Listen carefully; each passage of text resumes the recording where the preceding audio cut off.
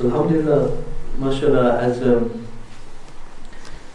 days and nights are going by in this blessed month, and many of our brothers have very eloquently spoken about this blessed month, a month where one should be making the intention of change, where a person should be focusing and reflecting upon themselves, and also taking into account how they can better themselves.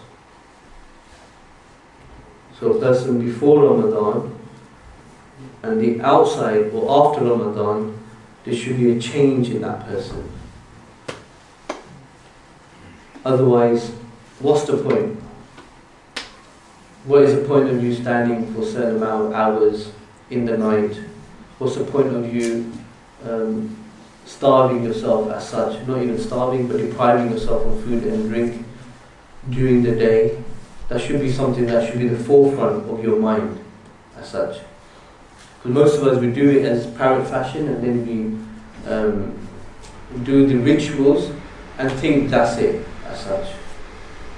So even in the past, the order of fasting was not just food and drink, it was also fasting of the tongue. They weren't even allowed to speak. So a person had much more, because there's a secret behind that. That's why when Allah mentions in the Quran the miracle of Sayyidina Isa alayhi salam, the birth of Sayyidina Isa alayhi salam, Allah ordered Sayyidina Maryam to fast, and that was the fasting of the tongue. So when they come to you and they question you about the baby that's born miraculously, Sayyidina Isa alayhi salam, when they come to you, you don't speak. It's a very strange thing for her to give that command. Allah from Jibreel alayhi salam, you fast, don't speak. A little, subhanAllah, Allah's miracle was in there saying that Isa alayhi salam spoke. That was the first miracle. Even many Christians don't know this miracle. It's not mentioning it in their Bibles.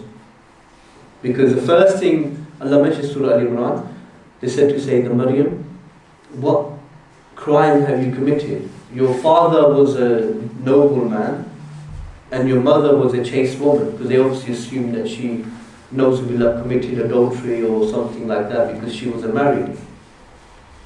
So it's a normal thing to think that where did this child come from? So that time Sayyidina Isa alayhi salam spoke in honor for his blessed mother, in protection of his mother. That's why his title is Isa ibn Maryam, as such, that kind of title. So really, alhamdulillah, so we are being told to control what we put in between the two lips, food and drink, so that you and I can learn how to control what we take out of there. I'm not talking about vomiting. I'm talking about what we say and what we speak. Because this tongue has such a power that it breaks relationships like that. 2 seconds. It has such a power that your career is ruined. I'm not talking about tongue. Nowadays we use the tongue, through YouTube, through social media. Because many of us are keyboard warriors these days. And how many ask people around you, just by one post that we've done, it's affected our business. It's affected my career. It's affected my livelihood. Because sometimes we don't think about what we say as such. So alhamdulillah, the Prophet ﷺ mentioned many points. One of the deeds that's highest in the rank on the Day of Judgment is prolonged periods of silence. Prolonged periods of silence that person can do. And it's meant is, there's 10 to 20 points a person can take, practical points of when to be silent as well. And I'll go through 2 to 3. I'll ask for the morning to let me know when the time's up, because I didn't look at the time, but I'll go through 2 to 3 today maybe, and then so many other days that we have in this blessed month. So one of the times to be silent is when you are angry. When you are angry. And when the other person is angry. It's the best time to be silent. Many relationships break because, and it normally happens with loved ones, like your spouse and siblings and parents even. Like I was saying, that we can't control the tongue. So when's the best time? When you're angry. Because many of times you're going to be angry with the ones that are close to you. Something happens, misunderstanding. That time, the Prophet ﷺ and Allah subhanahu wa ta'ala teach you to learn how to control that. And that time is best to be silent. And these things. Especially between spouses and siblings, because many of the problems that happen is when we're angry. And most of us say, Sayyidina Ali Karamallahu Wajhil Kareem, it's a very beautiful thing. Some people say, you say certain things when you're angry normally, that you don't normally say when you're not. And then they say, that's your real you that's come out, etc. I can't forget, now I know what you're really like. This is the kind of relationship. We're saying that Ali Karamallahu is a beautiful thing. He goes, when the person's angry and they say these things, that's when you ignore that. You let that go. Think about the times that they were good. Whereas Shaitan has made us think the opposite. We don't think about the times that we're good and what we say to each other. Yeah, he tells us, now I know the real you is when you're angry, etc. Really, you should think of that as a person who's asleep and they're not even conscious of what they're saying, they're speaking in their dream, or someone that's taken over by, they're like a drunk person, whatever they're saying. That's how we should think.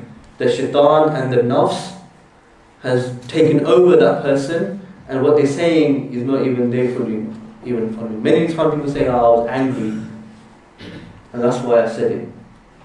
Isn't it?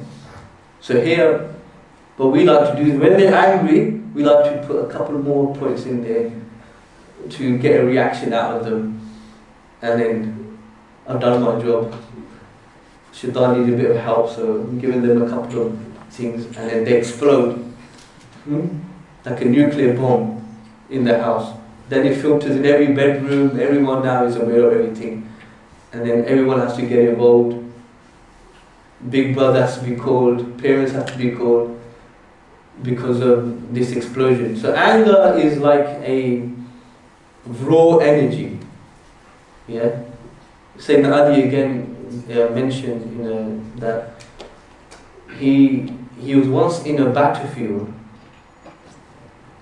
and he was a very brave person, but he never showed it in his whole life to his family.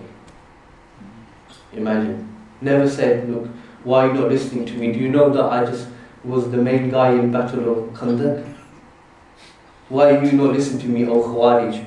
Do you not know that I was one of the first people in the Battle of Khandak? Never said that to his sons, to his wife, to other people. Do you not know that I used to be sent and I used to kill 200 people? Never even spoke like that. Because he uses anger, the quality for Allah's sake.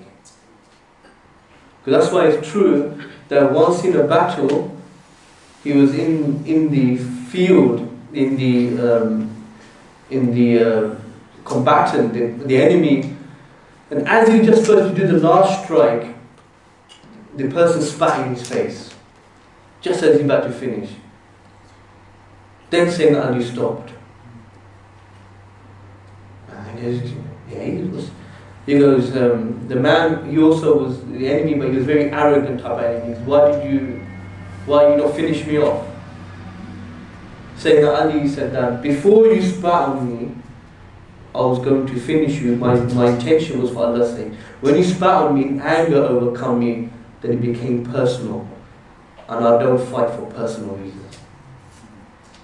it's not between you and me, it's all between me and Allah subhanahu wa ta'ala. So this is the type of thing that his action was here. So here, person should, we're not asking you, I'm not asking you, or no one's asking you to go into battle or anything. Maybe that time will come, Allah knows. But a real battle is how you can control that quality that he had. So that when you're angry, know that this practical tip, I stay silent, and when the other person's angry, don't create another nuclear bomb and make them angry. Just give that, stay silent there. That's one practical. Number two, another practical point, is if you don't have evidence of what you are speaking, then remain silent. Many people talk things about, especially deen-related matters, or even matters related between people. If you don't know the full story, you should stay silent. Many things happen. I've been given the time, so I should remain silent soon as well. So here, the last point, just to finish off, is that if you don't have the full story of something, then you should also remain silent. In giving examples, many relationships break, many problems occur when so-and-so has said something to you. If it's positive, you can take it. But when it questions someone's honor or negativity, then a person should remain silent, if they don't know the full story as such. So these are two very practical points, especially in this blessed month. A person should take time to exercise these qualities of controlling. Because now you are controlling what you put in your mouth. You're depriving yourself a certain amount of hours to control. Now you should also think, okay, how do I control what comes out of my mouth? That's the secret behind fasting. You're thinking, I don't eat for a certain. Allah's teaching you that now you should be controlling these hours, what comes out of my mouth as well. So may Allah subhanahu wa ta'ala give ourselves, and myself especially, the tawfiq to learn from these gems. Sayyidina Ali, Imam Hussain, Imam Hassan, Sayyidina Abu Bakr, these people are gems. You should really take notion from these advice, inshallah. آمين. اللهم صل على سيدنا ومولانا محمد وعلى آله وصحبه أجمعين. اللهم ربنا ظلمنا أنفسنا وإن لم تغفر لنا وترحمنا لنكونن من الخاسرين. Ya Rabbal Alameen, Ya Rahman Rahim.